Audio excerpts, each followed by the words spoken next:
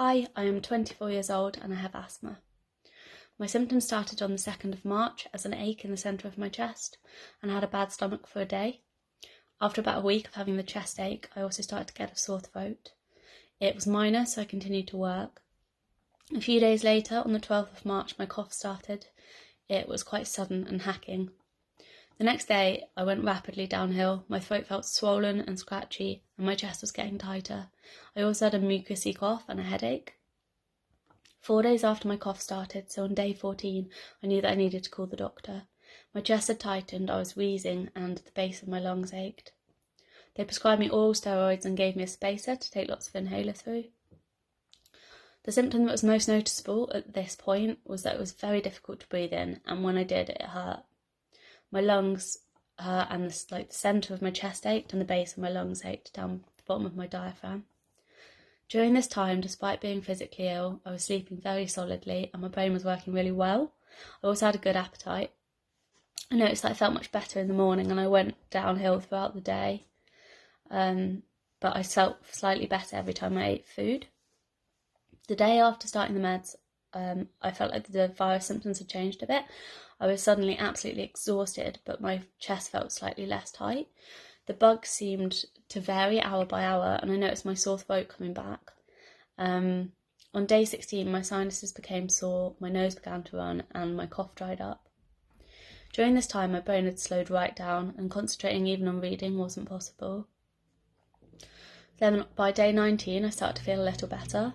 I still had aching pains in my lower lungs, and I was exhausted, but I thought I was starting to recover. But on the 24th of March, day 23, in the evening I felt worse again. I was lightheaded and my chest was tight and painful. I went to sleep that night with pains all over my body. Breathing felt like it was too big an effort to continue, and I was really worried that I wouldn't wake up the next day. Contrastingly, the next day in the evening I started to feel a bit better. I was still sleeping a lot and I had an ache in my diaphragm, but I was able to do some gentle exercise. I managed to go out for a 10-minute walk. On day 30, I tried to go back to work. This wasn't very successful as I became dizzy and had a cracking headache after being in a meeting for half an hour. On the 2nd of April, day 32 of coronavirus, I woke up after a night of sweating and shivering. When I tried to concentrate, I became dizzy and had to lie down. I had no energy, and although my breathing had improved, it was still really shallow. A couple of days after that, I felt stronger again and I resumed work. Then I had another wave of the symptoms. A few days later, on the 7th of April, and in this wave my organs ached. I started to feel better again after a day, and on the 9th, day 39, I tried to go for a run. I ran for 15 minutes before the burning pain in the centre of my lungs became too much and I had to go back home. In the days that followed, I started to get stronger and fitter. I could ride my bike, I could work, and I could even manage to do a 5k run. I thought that was the end of the illness for me. Unfortunately, I was wrong. On the 16th of April, day 46, it returned with a vengeance. I had stabbing pains all over my body and a tight chest. I sweated, shook, and I started napping a lot. My central chest pain had come back, much worse than before, and after 3 days of these pains, the doctor gave me an oxygen monitor and told me to go to A&E if it dropped below a certain level. My oxygen level was lower than the recommended, so I went to A&E. This was day 50. They did a chest x-ray, bloods, they took my temperature, heart rate and oxygen level. Everything came back normal. I was relieved, but I was also confused. Since then, I have had on and off bouts of chest pains, tightness in my chest, a sore throat on and off, and I've still been tired. I haven't been able to return to exercising. When I first suspected that I had coronavirus, I doubted myself, as it was very early for it in the UK. I was also scared of the unknown, and I didn't know when to call a doctor. Advice that I'd give to others, and especially people with asthma, is if you're asthmatic, make sure that you take all of your preventer inhalers and have a spacer handy in the house.